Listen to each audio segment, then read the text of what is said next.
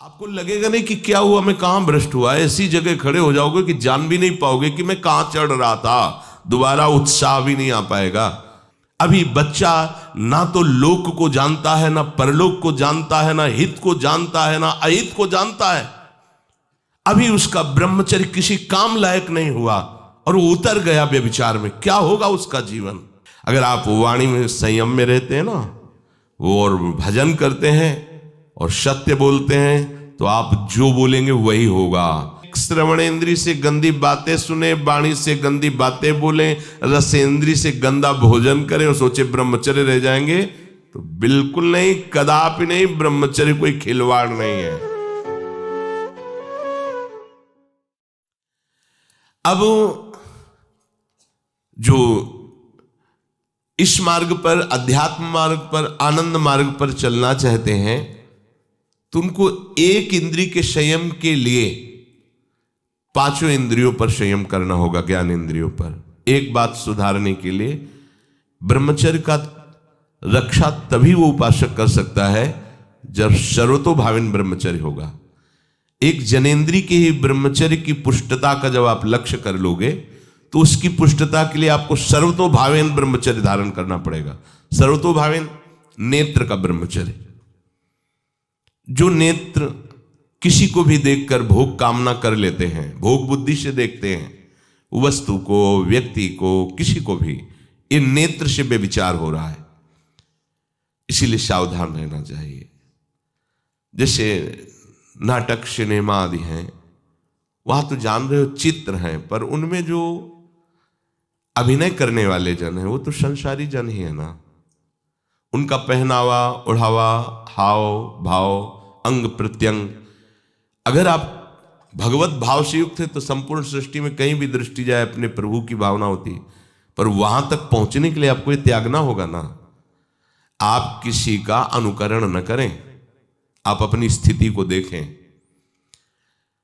अगर आप किसी का अनुकरण करते हैं कि हमने उनको देखा है, वो टीवी देख रहे हैं, तो टीवी में क्या देख रहे हैं, कहाँ स्थिति है, हमें क्या पता। हमको जहां पहुंचना है उसके लिए हमारे लिए बाधक है, हमें नहीं देखना है। अगर आप माना कि कोई नाटक ही देख रहे हैं, कोई ऐसे सीरियल ही देख रहे हैं, पर उसमें अभिनय करने वाले तो संसारी भोगी पुरुष ही है ना। आप कोई त्यागी जितेंद्रीय महात्मा को थोड़ी देख रहे हैं, तो उस देखने में तन्मयता आती है। जिसको हम देखते हैं उस पर हम आसक्त होते हैं, तभी तो उसका सुख दुख अनुभव होता है। देखो, कोई ऐसी रोने वाली सीन आए तो रोना आ जाएगा, हंसने वाली आ जाए तो हंसना आ जाएगा, ऐसे तो उसका प्रभाव हम पर पड़ रहा है ना। तो हम किसी के अभिनय करने वाले के अंग प्रत्यंग को देख रहे हैं और वो कामुक होकर कोई काम चेष्टा कर रहा है, या कोई ऐसा, वो सारा का सारा मन कवर कर रहा है आपका, और एकांत होते ही फिर जो मन अपना मनमानी करवाएगा, आप नहीं सह पाएंगे। इसलिए नेत्र का ब्रह्मचर्य सबसे पहले शुरू कीजिए। आपको वो चीज नहीं देखनी, वो बात नहीं पढ़नी, वो दृश्य नहीं। श्रीमद् भागवत में वर्णन है, कोई पशु पक्षी भी मैथुन कर रहा हो, अचानक दृष्टि गई तो मानसिक प्रणाम करके दोबारा दृष्टि नहीं जानी चाहिए। इसीलिए लिखा है कि आप एक धनुष भूमि को देखकर, एक धनुष, इसमें किसी की हानि नहीं होगी, आपकी भी हानि नहीं होगी। आप एक धनुष भूमि देख करके ही चलिए। मतलब बहुत लंबी दूरी देखने की जरूरत नहीं है, बहुत दृष्टि उठा करके इधर उधर गर्दन हिलाने की जरूरत नहीं है। और जैसे कि कोई टक्कर मार सकता है, तो देखो जिनको प्रारब्धानुसार टक्कर लगनी होती है ना, वो चाहे जितनी सावधानी से चलो, वो प्रारब्ध आकर के दंड देता है। अन्यथा सीम की चाप सके को तासु, बड़ रखवार रमापति जासु। आप जा रहे हो भगवत चिंतन करते हुए, तो प्रभु का नाम आपका पहरेदार अंग रक्षक है, कोई बाल भी बांका नहीं कर सकता। आपका प्रारब्ध यदि आया है, प्रभु से पास हो गया है कि आपको ये दंड मिलना चाहिए, फिर मिलेगा। आप निश्चिंत रहिए, निर्भय रहिए।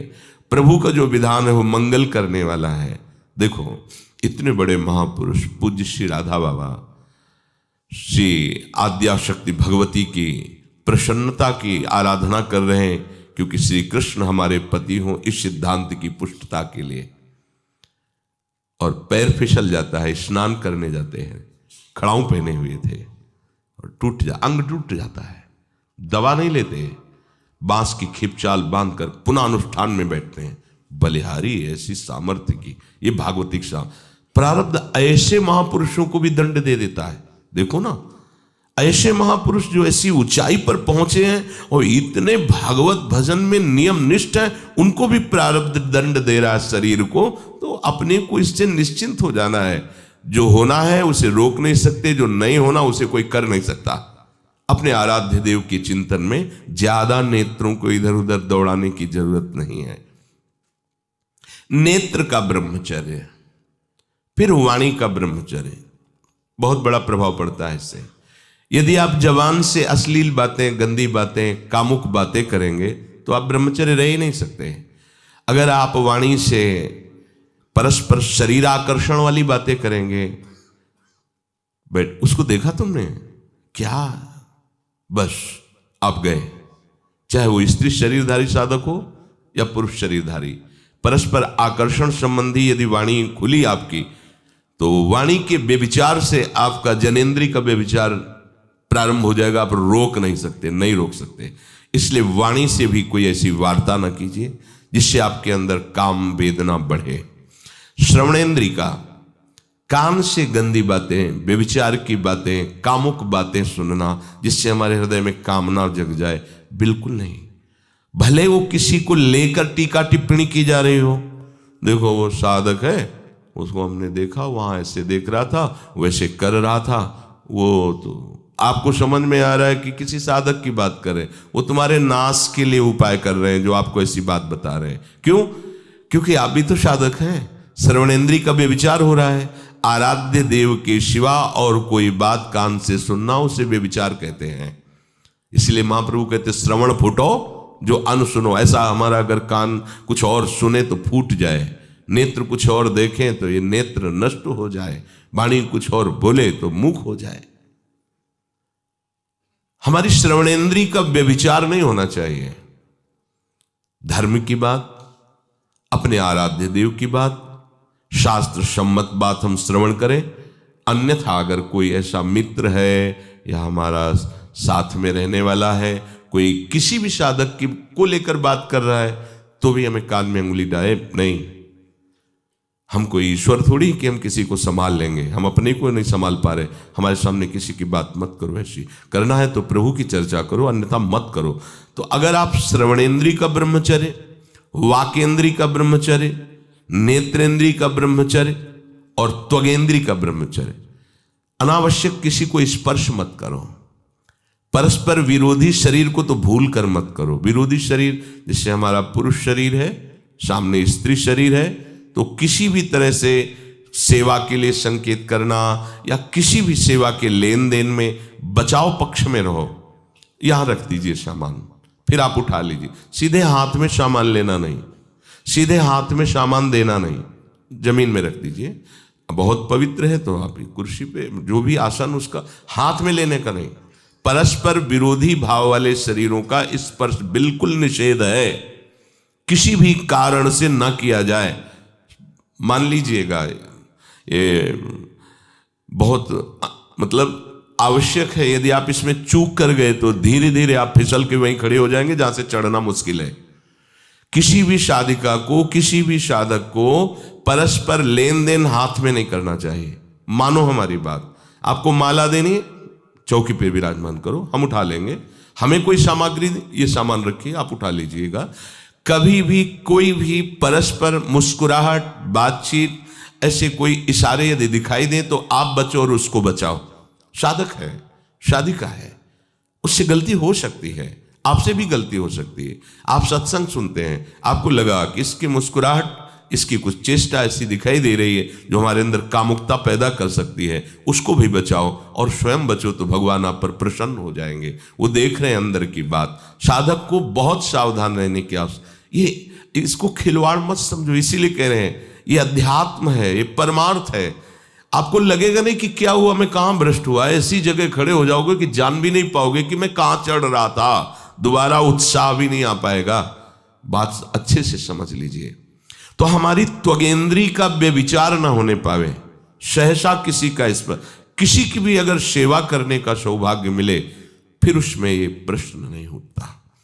अगर कोई गिर रहा पड़ा है भला ऐसी स्थिति में कि मुझे अत्यंत आवश्यक है उसे उठाना, अगर नहीं उठाते तो वो कष्ट पा रहा, अचानक कोई गिर जाए, फिर हम ये नहीं देखेंगे, फिर ये हम सूत्र नहीं स्वीकार करेंगे कि अब हम तो ब्रह्मचारी हैं, अब हम खड़े खड़े देख, नहीं, उसको अत्यंत आवश्यकता है हमारी। अब उस समय हम भूल गए अपने आप को और उसको उठा करके अगर हमें अस्पताल ले जाना, अस्पताल ले जाएंगे, जरूरत है हम उसकी सेवा करेंगे। सावधान, वो भगवत भाव से की हुई सेवा तुम्हारे अंदर आध्यात्मिक शक्ति पैदा करेगी, काम भावना नहीं पैदा करेगी। हमारी माँ बीमार हो और हमें उसे पता चला कि शौच कर दिया है, हमें शौचाना पड़े, हमें उसका मल धोना पड़े, तो क्या हमें काम जागृत हो जाएगा? क्या मेरी माँ है, हमारी बुद्धि कभी ऐसी नहीं होगी। आपका पिता है, आप लड़की हो, कोई दूसरा रह नहीं गया और वो बीमार है, आपको ऐसी क्या काम जागृत हो जाएगा? क्या अगर ऐसी सेवा में काम जागृत होता तो कोई नर्स ही अस्पताल में नहीं होती। हर सेवा उसको करनी होती है, नर्स को, चाहे वो स्त्री शरीर हो चाहे पुरुष शरीर हो, परस्पर विरोधी शरीरों की सेवा, पर कहीं काम थोड़ी जागृत होता है, क्योंकि उसको अपने सेवा धर्म से मतलब है।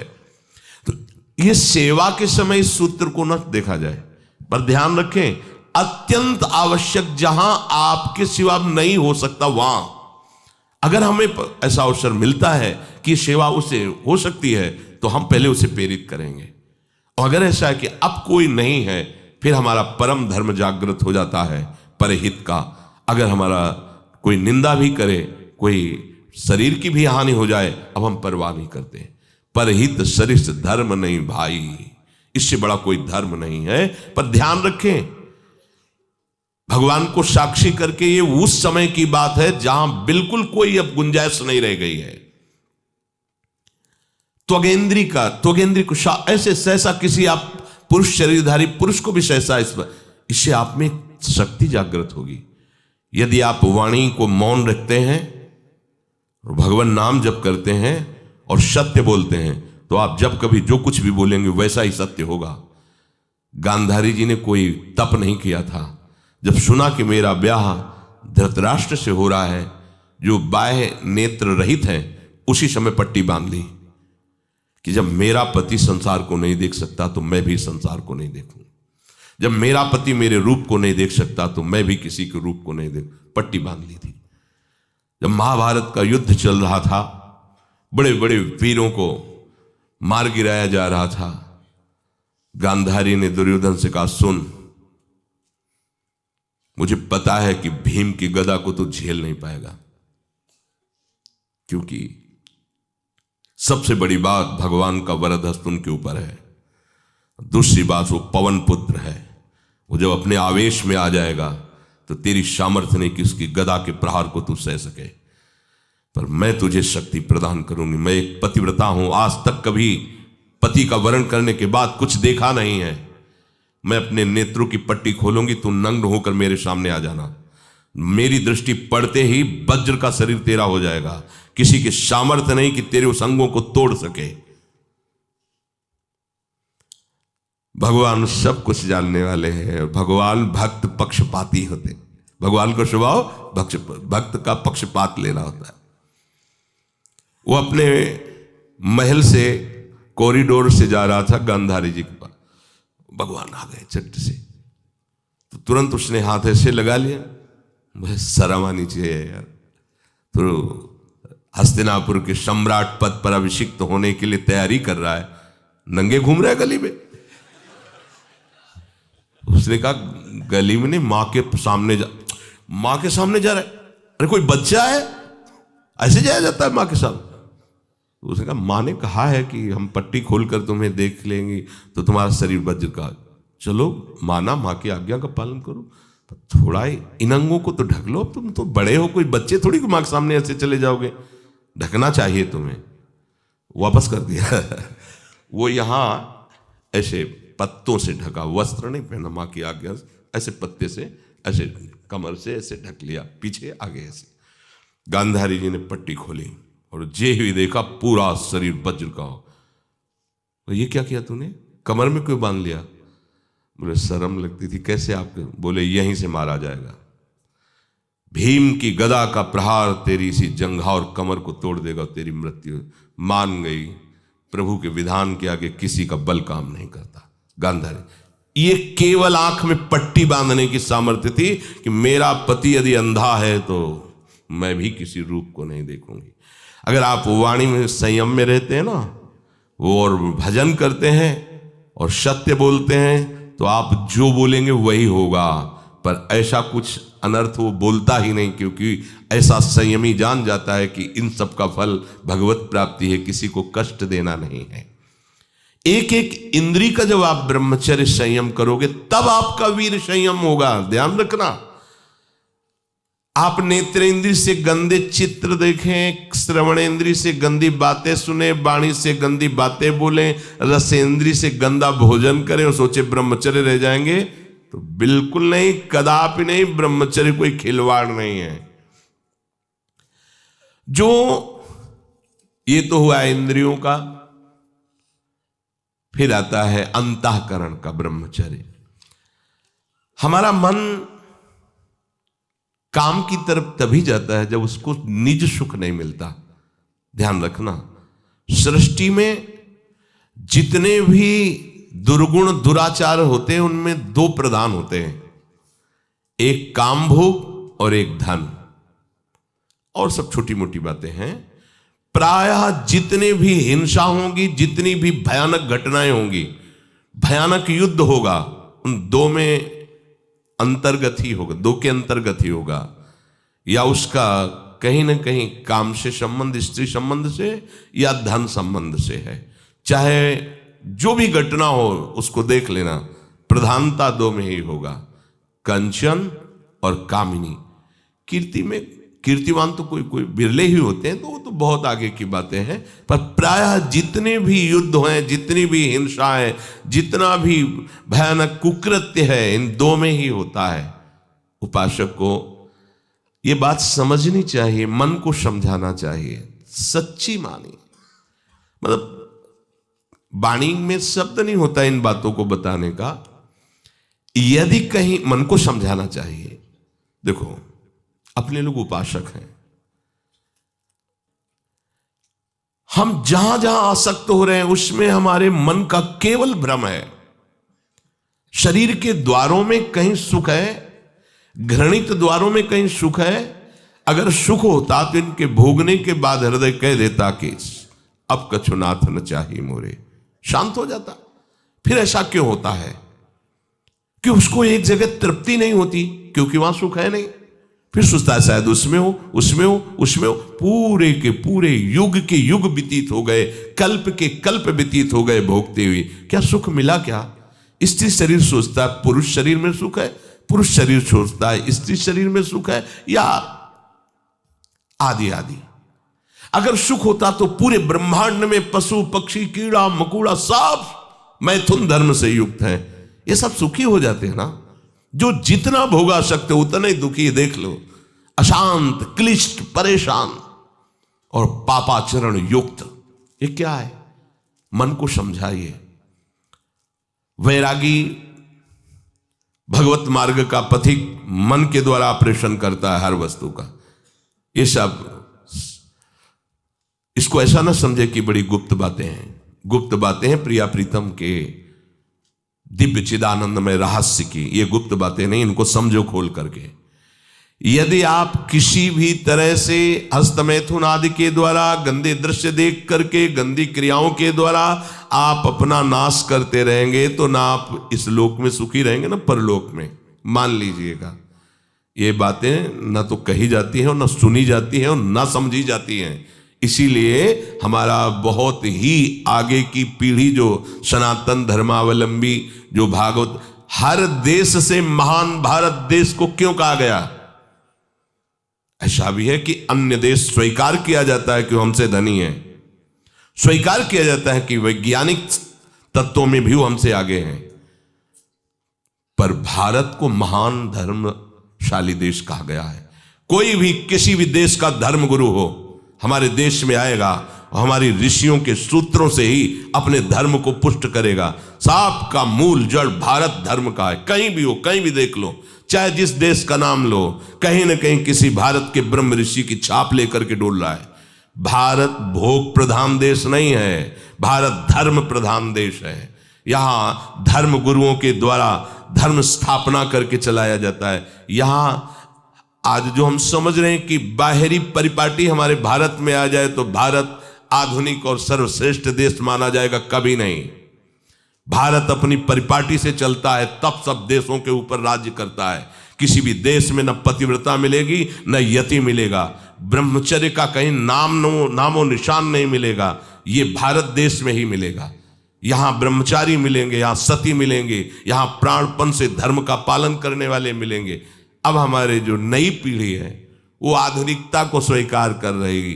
गर्लफ्रेंड बॉयफ्रेंड कौन सा रिलेशन है, लिव इन रिलेशन, ये हमारे कहीं किसी भी धर्म ग्रंथ में लिखा हो तो आप बता दीजिए। बाल्यावस्था से आज तक जितने भी धर्म ग्रंथों का स्वाध्याय हुआ कहीं भी लिखा हो तो ये बोलो सर्वनाश का स्वरूप है कि नहीं है। अभी बच्चा ना तो लोक को जानता है, ना परलोक को जानता है, ना हित को जानता है, ना अहित को जानता है। अभी उसका ब्रह्मचर्य किसी काम लायक नहीं हुआ और वो उतर गया व्यभिचार में। क्या होगा उसका जीवन, क्या होगा जीवन, चाहे वो स्त्री स्वरूप में चाहे पुरुष स्वरूप में हो। क्या बिना संयम के ये पशुता के व्यवहार से किसी की ना लौकिक उन्नति होती है ना परमार्थिक उन्नति होती है। पर कौन सुनेगा, यही कहा जाएगा पुराने जमाने के शास्त्रों को केवल वर्णन कर रहे हैं, ये क्या जाने आधुनिक जमाने को। तो आधुनिक जमाने की दशा क्या हो रही है, आंख खोल करके देखो। कोई बात नहीं, दोस्त बनाना कोई बुरी बात नहीं, इस बात को हम मानते हैं। स्त्री शरीरधारी पुरुष शरीर को मित्र बना सकता है, कोई दोष नहीं। पुरुष शरीरधारी स्त्री को मित्र बना सकता है, कोई दोष नहीं। लेकिन मित्र का क्या कर्तव्य होता है, कुपंथ निवार सुपंथ चलावा, कुमार्ग से हटा करके सुपंथ में चलाना, उसकी समस्याओं को दूर करके उसको आनंद में से युक्त करना, उसको सहयोग करना, ना कि शोषण करना। दोस्ती कहते हैं उसके दुखों को मिटा करके उसको शांति और सुख के मार्ग में ले जाना।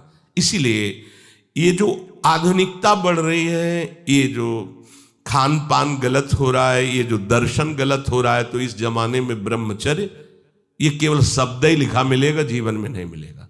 नए नए बच्चे व्यसन कर रहे हैं, नशा कर रहे हैं, गंदे आचरण कर रहे हैं। क्या होगा, कैसे आगे कोई समझेगा शास्त्र क्या है, धर्म क्या है, बल क्या है। आज नवयुवक 16 से 28 के बीच में कोई ऐसा नहीं दिखाई देता है जिसमें आध्यात्मिक थोड़ा भी बल हो, काम क्रोध आदि सहने की सामर्थ्य हो। अपने बूढ़े माता पिता को थप्पड़ मार रहे हैं, बूढ़े माता पिता को गाली दे रहे हैं, बूढ़े माता पिता जिन्होंने खवा पिला के इतना बड़ा, उन्हें अनाथालय भिजवाया जा रहा है, उनको छोड़ दिया जा रहा है। आप विदेश घूम रहे हैं, उनके खाने की व्यवस्था घर में नहीं। क्या है ये, आज आधुनिक विद्या का ये प्रभाव है। विद्या विनयम ददाती, जो अपने वयोवृद्धों की सेवा नहीं कर सकता वो क्या विद्या पढ़ा, जो दूसरों की रक्षा नहीं कर सकता क्या विद्या पढ़ा। क्या विद्या का यही स्वरूप है दूसरे का शोषण करना? क्या विद्या का यही स्वरूप है कि शराब पीना, ड्रग्स का ये नशा करना, ये क्या विद्या सिखाती है? वो कहा जाता है आज तो आधुनिक विद्या बढ़ रही। मुझे लगता है संयम में रहना ही विद्या का वास्तविक स्वरूप है। अपनी इंद्रियों को संयम में रखना, अपने को संयम में रखना, बुजुर्गों का, गुरुजनों का, शास्त्र का, भगवान का भय रखना हृदय में। ऐसा नहीं, आप तभी निर्भय हो पाओगे यदि शास्त्र का भय नहीं, भगवान का भय नहीं, धर्म का भय नहीं, तो फिर आप वहां पहुंच जाओगे जहां भय ही भय।